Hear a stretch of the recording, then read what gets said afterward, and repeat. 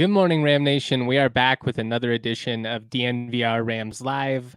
I'm not in the Toyota studio, but I've got a Toyota State of Mind right now. Toyota, the official vehicle of DNVR. I'm excited because I'm going to play my interview with Kevin Sweeney of Sports Illustrated. He is one of the best basketball minds in the business.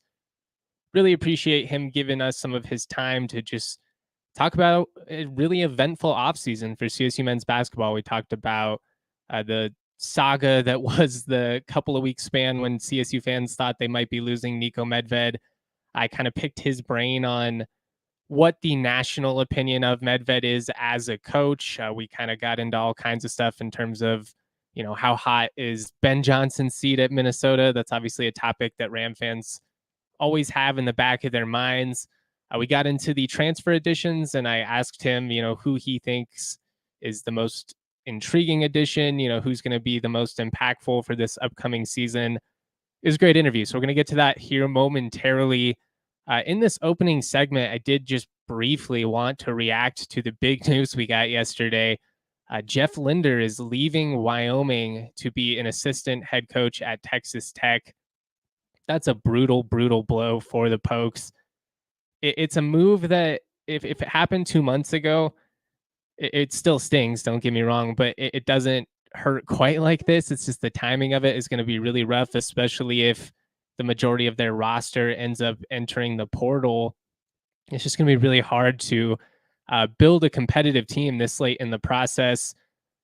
I'm not shocked that he left. I've heard rumblings for a while that he's been kind of wanting to get out.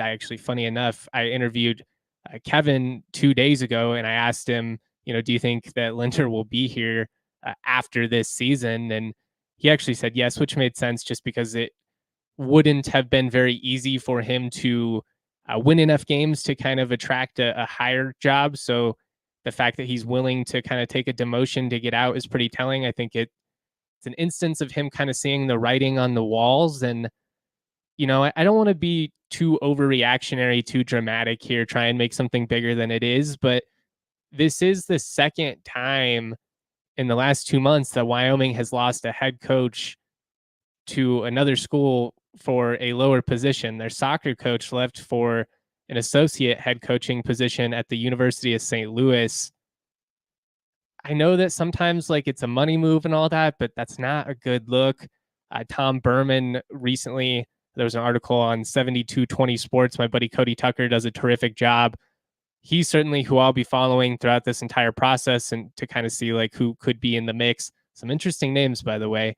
But Berman, the Wyoming AD, recently said that their NIL budget for all of sports combined is about $300,000.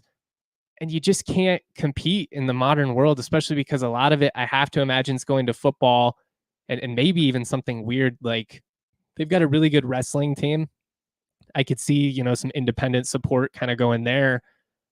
But for basketball, and this isn't the first time I've said this, the rules and how drastically everything has changed these last couple of years basically made that one of the better gigs in the conference, and not like the top 3 or 4, but a good gig, to one of the worst gigs in the league. It's just, you've got a lot of recruiting hurdles. It's tough to get people to Laramie, obviously, but really the financial constraints and the inability to retain talent, especially with guys being able to transfer more than once now, that gig is just not what it once was. And unless they can really significantly increase the NIL support that they're getting from their fan base, and it's not like there's no money in Wyoming, that their scholarship fund, as far as I understand, had generally been one of the more supported ones in the league. So it's not like they don't have good fans. It's not like there isn't support.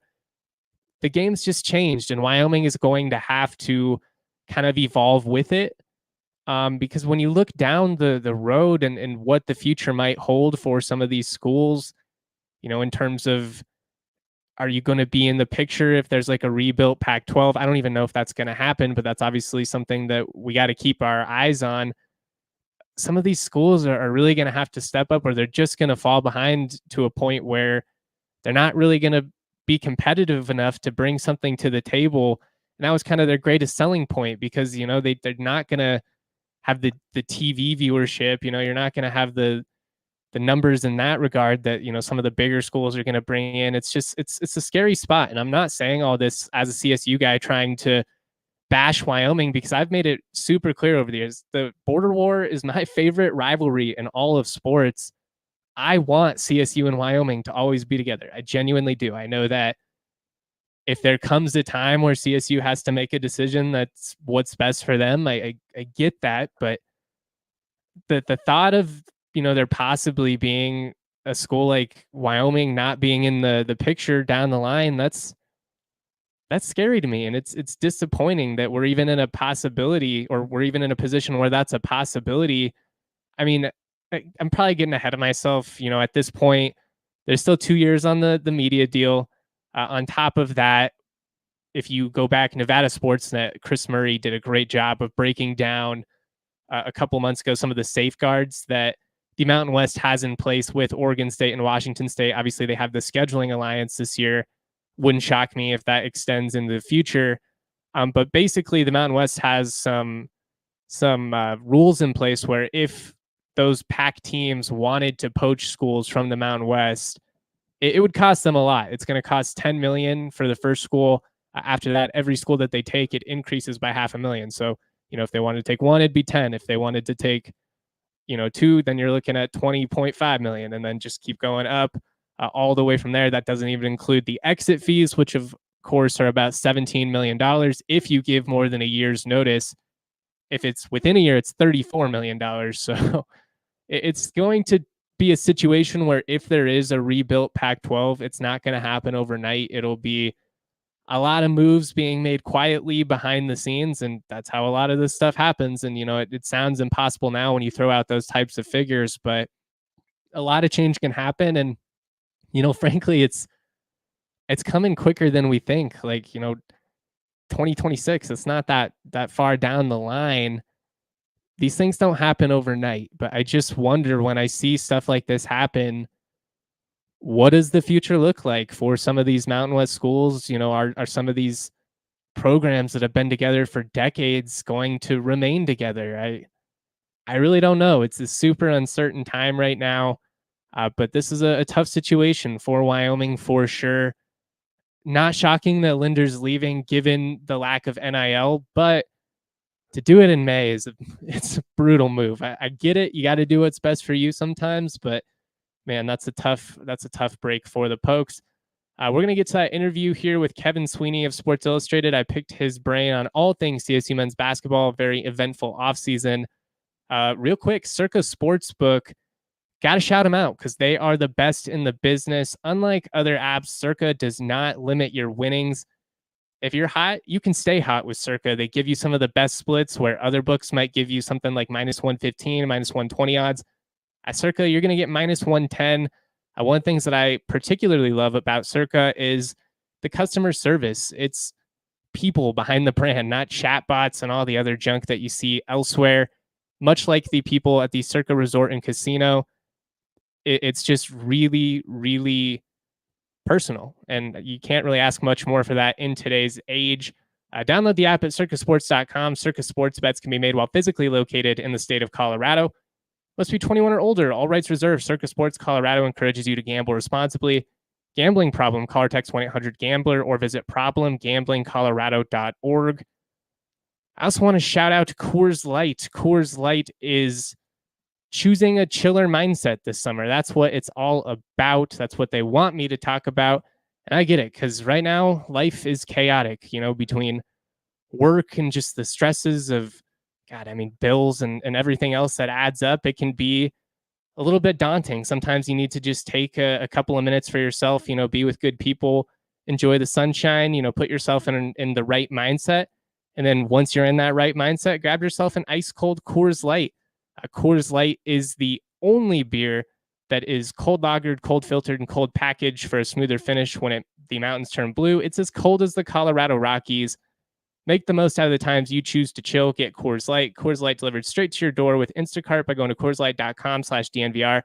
Celebrate responsibly. Coors Brewing Company, Golden, Colorado. All right, like I said, we're going to get to that interview with Kevin Sweeney of Sports Illustrated. Think you guys are going to enjoy it. first, just kind of an icebreaker before I pick your brain on CSU in the Mountain West.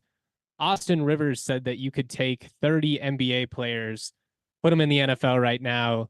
You could not do the same with NFL players in the NBA. What are your thoughts?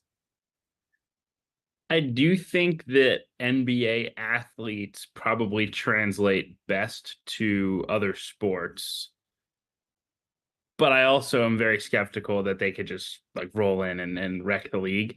I think the same football players who are saying that they dominated high school basketball are the same basketball players saying they dominated high school football. They were just better athletes than everyone else. So I'm skeptical that they could all traipse into the league and be studs. But I do think that among the baseball is its own entity. But I think directionally I probably lean basketball to football than football to basketball converts. I think that's fair. I think they're definitely the most explosive. I will say, I think the basketball side might be discounting the physicality angle of the Yes. football game, but you know, I just thought it'd be fun to kind of start that way. It's been a crazy spring for CSU. A lot of sitting and waiting first for news regarding the coaching situation, then for transfer commits to come in. Now the pieces of the puzzle have kind of started to come together, but I guess just first things first, were you surprised that Niko Medved was not poached away by a bigger school this offseason? I don't know if I was surprised. Like I think I think I felt like it could go either way. Sometimes it's just the way that the pieces move on the chessboard, right? And sometimes they break your way, and sometimes they don't. And they broke in Colorado State's way, with the way things went, right? Minnesota not opening, that was one that was obviously circled with Niko for a variety of reasons. They had a good enough year to stick it out with Ben Johnson. That was huge in keeping Niko at Colorado State. West Virginia. If Darren DeVries doesn't make the NCAA tournament at Drake, if they lose in the conference championship game, instead of beating Indiana State, does he get West Virginia instead? Maybe. Like, we don't know, right? Does what happens in the Dusty sweepstakes, right? Dusty May could have went to Ohio State. That would have opened up Michigan. That could have been a spot for Niko, or that could have been a spot for DeVries, which could have been Niko for West Virginia, right? Like the world, like the chains of events that have to happen each year really shape a lot of it, and they went in Colorado State's direction this time. Doesn't mean they always will. It's a good problem to have, right? I think if you're a Colorado State fan, you will live with hearing about Niko Medved for other jobs, as long as it keeps meaning 20-win seasons, NCAA tournaments, etc. But yeah, I think it was expected that he would be in the mix for stuff. He was. At the end of the day, Colorado State able to keep him and give him a pretty substantial contract extension that puts him among the best. I don't know if we want to call mid-major or whatever, but the best non-Power 5 coaches in the country, which is where I think Niko sits. So great news for Colorado State, and I think great for Niko, who seems very happy at CSU, and hopefully will be there for a long time. Were you surprised to see CSU make that type of financial jump? I don't know if I would say surprised. Again, I think it has felt like it's been coming throughout the Mountain West, right? Like there's a feeling that, like, yes, it's always going to be hard to keep a Danny Sprinkle if there's a $4 million check from Washington sitting there, right? But what can we do to make sure that guys are only leaving for jobs that they feel like they can really win at? And the type of contract that Colorado State ponied up to give Niko is that type of commitment. That is what administrations throughout the league, throughout top tier mid-major basketball, if that's what we want to call it, right? Like that's what they need to do, is make it hard to leave Colorado State, right? Again, if the right thing opens up, it's going to be hard, right? That's just the reality of it. It's hard to keep guys when there's football money and like crazy television. I think NIL obviously a big component of everything as well now, and wanting to go to a place where you have enough resources to recruit at a super high level. But yeah, I think it was the type of extension that Colorado State needed to put on the table, and so it's good news that they did. You're obviously pretty tight with this CSU staff. You've been very complimentary of Medved over the years. I'm a Medved guy. Anybody that listens to this show knows it. I'm curious though. You're really locked in on a national level. I mean, with all these different college basketball writers, scouts, what is the national opinion of Niko Medved? Because I don't know. I saw some video breakdown where somebody recently was like, I don't know. I keep hearing Niko Medved's name every year and he never gets hired. How good of a coach is he really? What is the actual national opinion and kind of feeling on how he ranks in the coaching conversation? I think there's a great deal of respect for him, especially from like an X's and O's standpoint. Like I think people really, really respect the job that he does, the ways that he is able to adapt his teams to fit his personnel. I mean, they changed a lot of how they played this past year compared to Yeah, previous. totally. I know that's not something that people really pay attention to, especially on the national scale, right? Like it's very hard to follow because realistically, most national people are probably going to watch two Colorado State games a year, right? Like they're not sitting there like taking, copious notes of like what sets that Colorado State was running and whatnot. But like they really have adapted how they play, and I think they will continue to adapt in the post Isaiah Stevens world. Like I think there's probably some questions just because he's never really had to recruit at a super high level. He's never been he was not that elite high major assistant for a long time that was getting players. And so I think there's a perception out there. Like if you were to give me like the grading scale of like, am I hiring Niko? I think the main kind of question would be, all right, if I'm putting him in the Big 10 or the SEC or the Big 12 tomorrow, how's he recruiting in that league? And personally, I think that's kind of a ludicrous assertion because I think number one, he's gotten And he elite pulled players. Roddy out of there Right. over a Big Ten team. Right, exactly. He's gotten really good players, especially guys that he had to out evaluate people for, which is much harder than just straight recruiting. And I also think there's that my line of thinking in this day and age is that I want to hire the best basketball coach I can and use the money that I have and the resources in NIL to give him the best players. Right. I don't need to hire the like recruiter guy because the recruiter guy did that throughout his career, probably with money. Right. Like give someone like a Niko Medved the resources, and I think he'll be very, very successful. But I think that would be the one thing that people would probably point to that. And like, he doesn't have that signature NCAA tournament run or that signature moment where you're like, all right, this guy is a no brainer, right? The separation between the Dusty Mays and the Niko Medveds, and again, you can go down a list of 20 coaches at the mid major level who are really, really good. The separation is oftentimes March, and obviously two opportunities at CSU, one win this year, but still no like big run, big advance that really catches the eyes of ADs and search firms and whatnot. There we go. It's the silver lining of having to watch that Texas game, right? This is very true. This is true. The mid-major life can be tough when you're trying to look for silver linings in like moments where you come up completely short and you're like, well, I mean, on the bright side, at least our coach isn't going to get stolen now. Oh, I mean, I have done it. I mean, in game during conference tournaments and the NCAA tournament of like, well, like I wonder who's getting this job because this guy's not going to be here long. Like it's the way it goes. And it's frustrating. And again, I understand why it turns some people off, but part of that's just like the brain that I have to operate on because I'm constantly thinking these things. So this is the way that coaching agents and whatnot are texting throughout the day. But it does sometimes feel like it takes away, makes the game secondary, which is never fun because it is obviously a great time of year. You mentioned just the evolution of the program and how they're going to have to continue to evolve post Isaiah, post David Roddy. In a sec, I kind of want to get into your thoughts on what they've done in the portal, but just kind of off of that, Ali Farokhmanesh is also a name that has some national juice. Like, how big is it to be able to hang on to your lead assistant, especially just maybe if it's only for one more year, we'll see. But like during this time of transition, when let's face it, you've now lost the faces of your program. Yeah, look, I think he's huge. I mean, he's ready to be a head coach.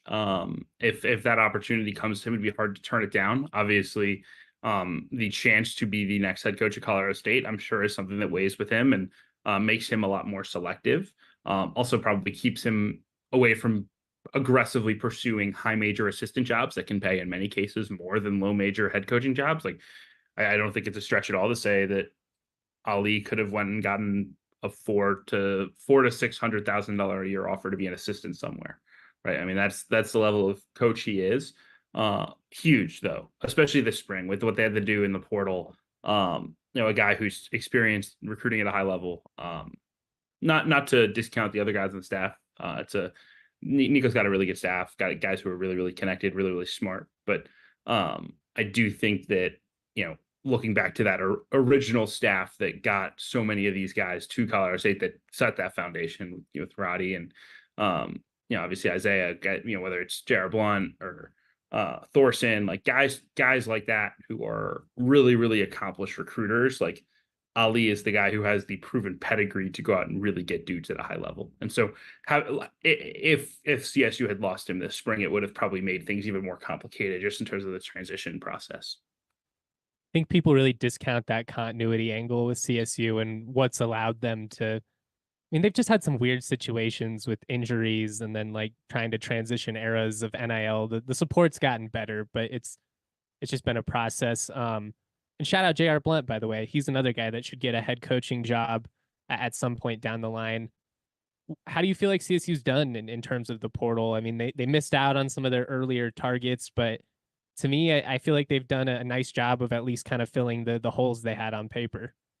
Yeah, I think, all in all, it's been successful. I think, one of the big things, especially, I think whenever you're at like the Mountain West type level, but especially in Colorado State's position where, I mean, not to say that they have no NIL, I think they're very competitive there, but it's, there are There's programs levels to this. Yeah, there's levels to this, right? Yeah. New Mexico has more money to spend than Colorado State. That is not a secret, right? Like there is a different level of player that New Mexico can go out and try to recruit, John Tonje included, that like they have more money to be in the conversation for than Colorado State does. That's just the reality. But because of that, right? Like it's a really hard spot to be in. I've talked to a lot of coaches at this level, including Colorado State's guys, about this. Like you have to recruit high major level players because you're trying to get at large bids, but you don't have a high major budget. So how do you do that? I think one, you're trying to project out, right? So, with Keyshawn Williams, for instance, a kid from Northern Illinois, right? He averaged 17, 18 points a game at NIU, then gets hurt, misses this year. If Keyshawn Williams is in the portal last year, healthy off of 18 points a game, he's not going to Colorado State, right? So, okay, we can go out and get a guy like that who, there's a little bit of risk coming off the injury, but like we're getting a guy who would be at a high major if not for this injury, right? Bowen Bourne, 18 points a game in the Valley in 2022-23. If he goes in the portal, then he's going high major, right? All right, boom, same thing. Struggles a little bit this year. I think injuries, transitioning how they wanted to play. He was a little less centric in their offense, right? I don't think that Bowen Bourne's going to average 18 points a game in Colorado State, right? But he's proven at a high level he can do that. Jalen Crocker, what's his name? Sorry. Johnson. Yeah, Johnson. Jalen Crocker Johnson. That's the one. He is a guy, 9-5 in, the OVC freshman of the year.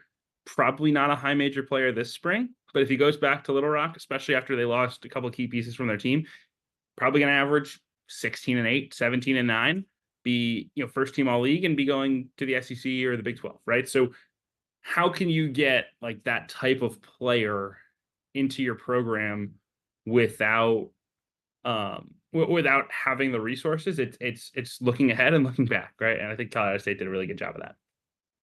Who excites you the most are the guys that they brought in. Is it Williams? I mean, when healthy, he feels like potentially a huge steal.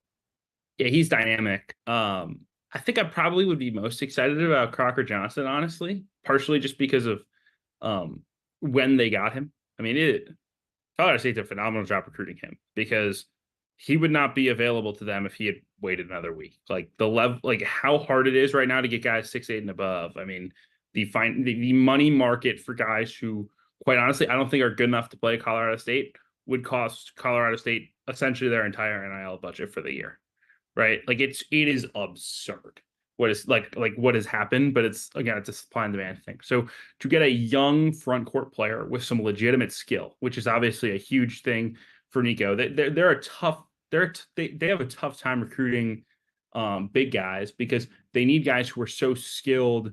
Not necessarily, oh yeah, you'll be able to be an elite shooter or whatever, but a guy who can pass and handle the ball for the way they want to play. Like getting that type of guy, especially one with 3 years left, like absolute, gangbusters win. So I think to me that would be the guy I'd probably be most excited about long term. I think like next year there's a really good chance that Keyshawn Williams could be the type of guy that leads you in scoring, right? And that's what they needed. So I would certainly give a tip of the cap on that one, but I do think long term that Jalen Crocker Johnson's a huge pickup for what CSU is trying to do. Any thoughts on Japa, and surprised at all that he didn't have any interest from bigger schools, just given that it is so hard to find big guys that are skilled and, kind of can do a couple of different things. Yeah, I mean the numbers are the numbers, right? He averaged 6-6 on a team that was 340th in Ken Palm. Be very frank, the NEC is essentially a Division II conference at the moment. Like, it is really, really low level. He has his flaws. He fouls a ton. He's still learning. This is a project, right? But it's a project that's worth taking on when you have scholarships. It's a project that's worth taking on when you don't have, when he's not likely to require the same type of NIL that again, some of these older bigs that are available are. It's a project that's worth taking on when you have a guy like Rashawn Mbemba, who's really, really talented, going to play a big role. Like, I don't think anyone's expecting Japa to come in and be 30 minutes a game and on the floor all the time and like the centerpiece of their team, right? The hope would be he can develop into that. And there are some promising indicators there. The rebounding stuff is pretty impressive. The shot blocking rate is a good look, right? Like, this is a dice roll without a doubt. But I think it's probably a smart one, again, given where things stand in the front court market. We're going to play part 2 of that interview with Kevin Sweeney here in just a second. A couple of things stood out to me in that first portion. I think the timing and the that angle in regards to CSU's recruiting is a big factor. It's tough when there are legitimate NIL hurdles. Again, the support has gotten much better, and a lot of credit to CSU fans, the green and gold guard, for having CSU in a competitive position. But there are levels to this. In the second part of the interview, I'm going to pick his brain on, we talk about New Mexico and the loss of Obi Toppin, what his NIL market is. I just wanted to kind of give fans an idea of what it's realistically like for a up and coming player like that breaks out in our league. I asked him about Jeff Linder, who, funny enough, obviously is not going to be in the picture anymore. Kevin's a big NBA draft guy, so I got his perspective on Niko Medved, so don't go anywhere. Real quick, want to shout out Circle K. Now is a great time to sign up for the Inner Circle. It's a free membership, easy to download. All you got to do is use your email and phone number. After that, use your phone number at the pump every time.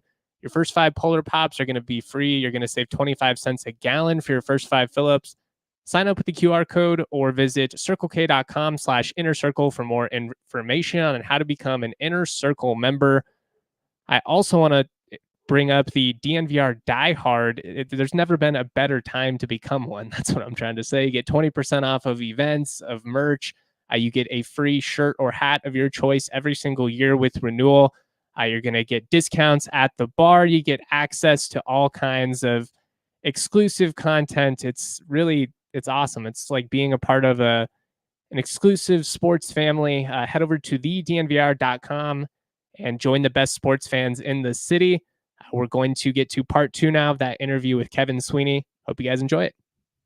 NBA draft guy, what are your thoughts on Niko Medved as a pro prospect? And I mean, my gut is that he goes at this point, and based on everything I've heard, both like behind the scenes and from his friends and stuff, like I don't think he wants to be in school anymore. But how do you feel he projects at the next level? Yeah, like, obviously things can change, and we'll see how the combine process goes. I'll be at that event all of next week. I think for Neek, the things that are make it even easier to say I'm just going to go pro are, number one, he's been in school for 4 years.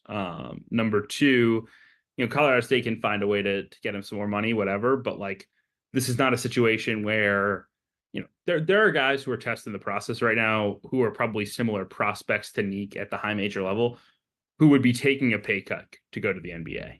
Like, and that sounds crazy to say, but like, I mean, we'll use like Coleman Hawkins as a guy who's in the portal right now from Illinois. Like, Coleman Hawkins will make $1 million in college next year. Coleman Hawkins will not make $1 million in the NBA. He will more than likely get a 2-way contract. So he would have to, play well on that deal, which pays you about $500,000.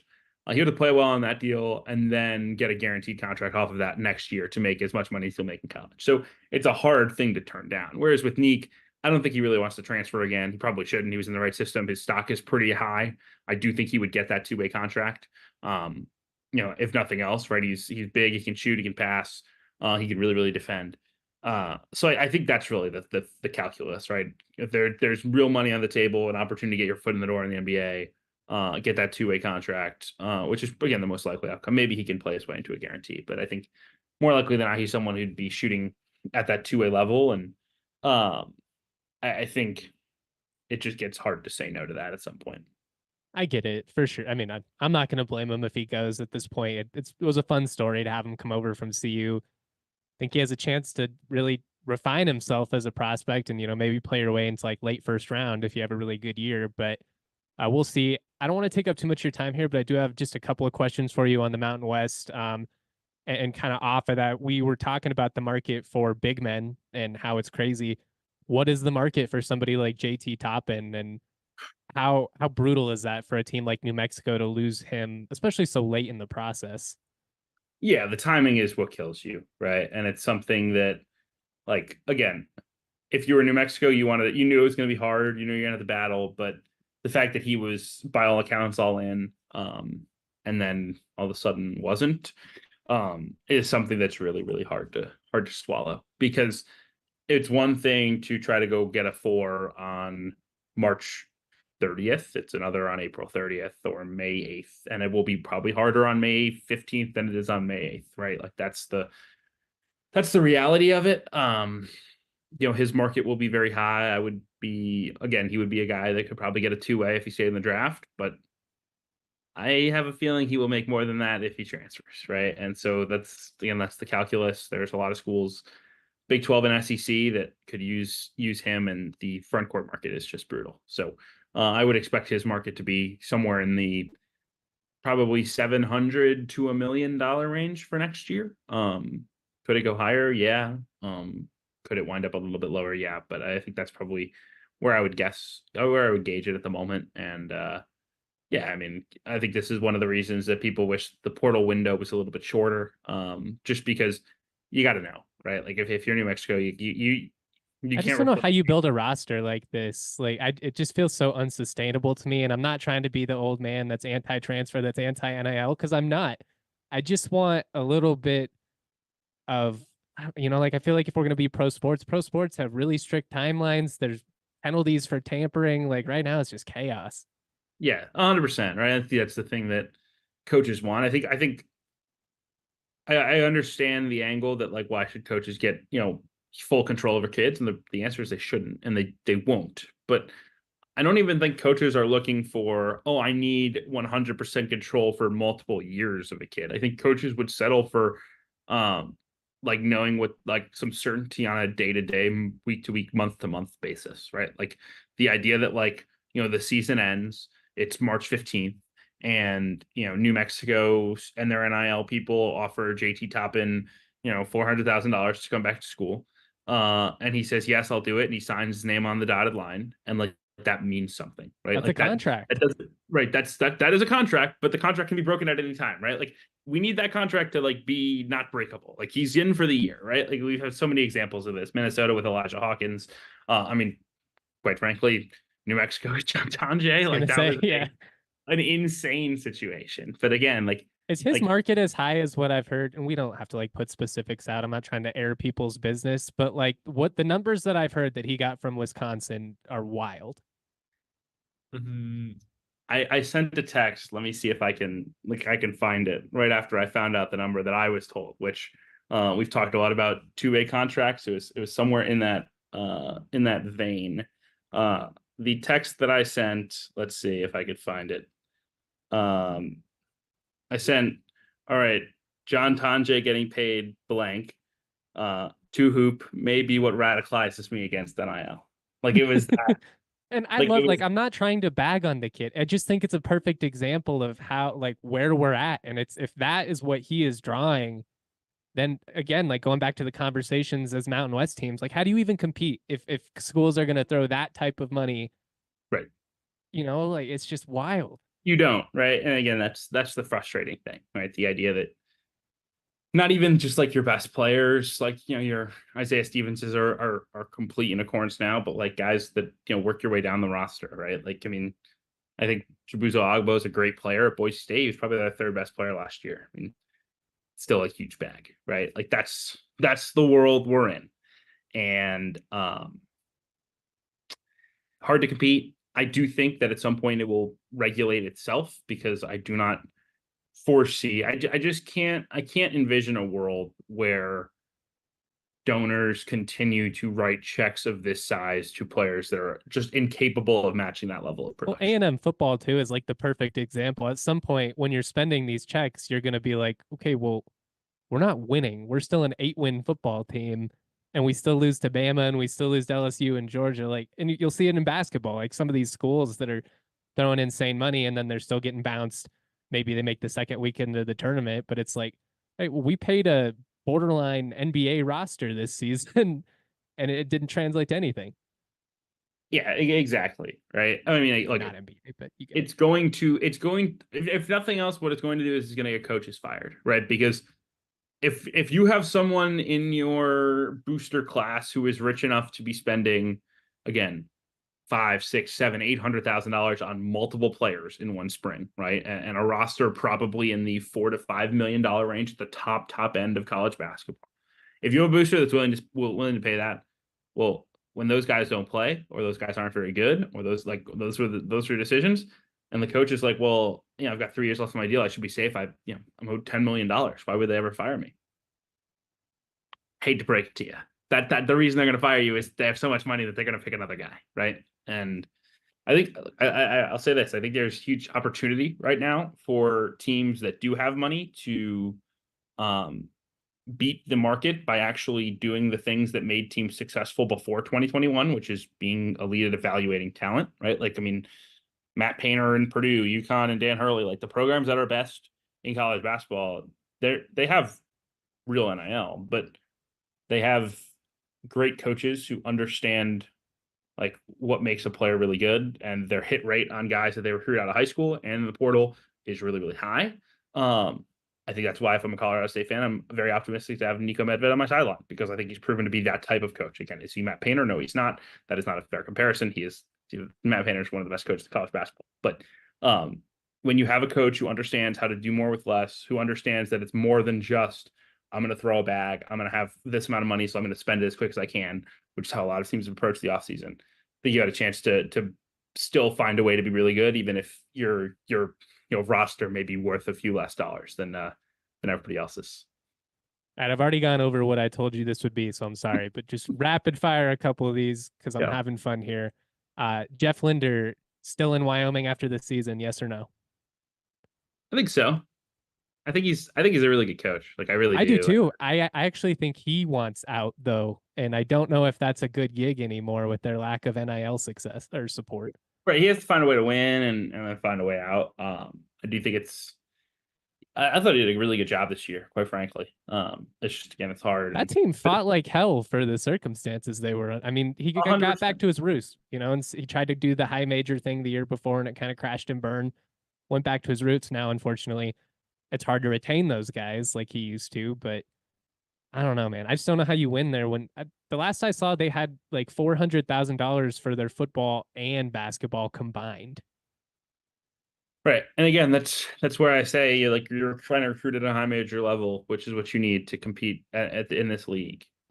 But you have a tenth of those resources. I mean, it's one thing to be New Mexico and be shot down. It's another thing to be Colorado State and be shot down. But if you're if you are as low as Wyoming and Fresno and Air Force and San Jose seem to be, I think climbing out of that ditch is going to be really hard. And again, when you look at the standings, right, it's not all about money, it's not all about commitment, whatever. But like, that's the bottom four in the league, and the fact that Wyoming doubled up anybody else from that group in the win column probably says why I believe Jeff Linder's a pretty darn good coach. What about Tim Miles? Has his stock cooled? Did he kind of miss his window to get out? Yeah, he probably needed to jump off that Omari Moore year. Again,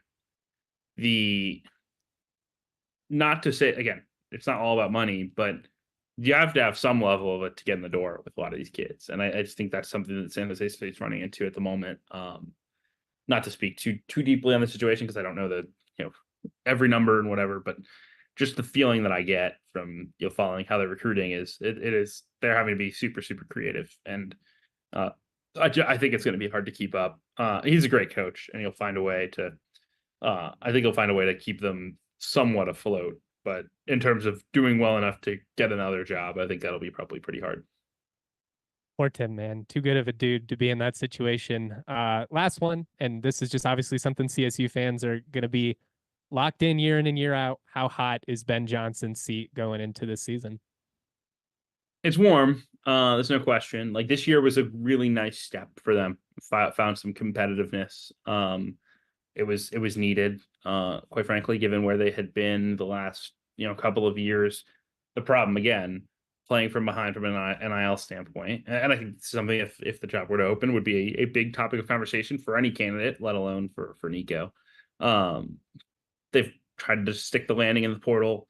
Got Brennan Rigsby, Colorado kid, couple of other kind of under the radar dudes, but roster wise, this is probably near, if not at the bottom of the Big Ten. And I don't think he can afford another year like that.